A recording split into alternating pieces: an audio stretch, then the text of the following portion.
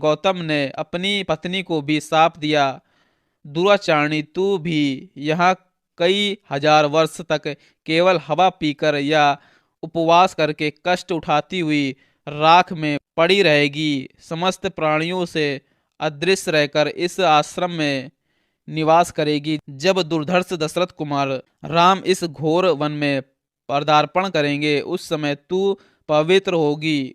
उनका आतिथ्य सत्कार करने से तेरे लोभ, मोह आदि दोष दूर हो जाएंगे और तू प्रसन्न पूर्वक मेरे पास पहुंचकर अपना पूर्व शरीर धारण कर लेगी। अपनी दुराचारणी पत्नी से ऐसा कहकर महातेजस्वी महातपस्वी गौतम इस आश्रम को छोड़कर चले गए और सिद्धों तथा चारणों से सेवित हिमालय के रमणीय शिखर पर रहकर तपस्या करने लगे।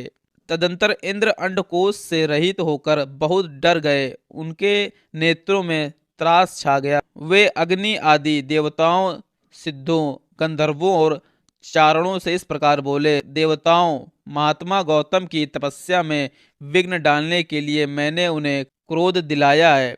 ऐसा करके मैं देवताओं का कार्य ही सिद्ध किया है।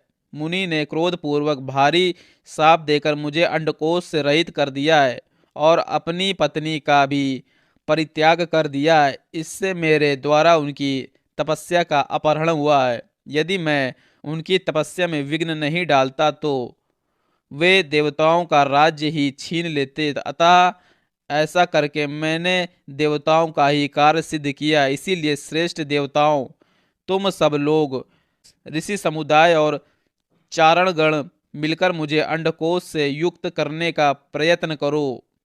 इंद्र का ये वचन सुनकर मरुदंडों सहित अग्नि आदि समस्त देवता, कव्य वाहन आदि पितृ देवताओं के पास जाकर बोले, पितृगण, ये आपका भेड़ा अंडकोश से युक्त है और इंद्र अंडकोश से रहित कर दिए गए हैं।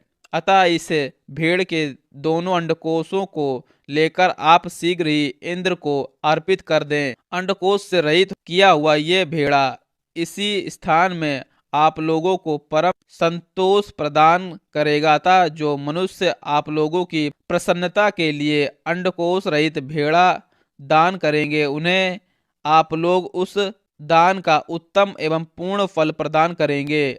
अग्नि की ये बात सुनकर पितर देवताओं ने एकत्र हो भेड़ के अंडकोश को उखाड़कर इंद्र के शरीर में उचित स्थान पर जोड़ दिया।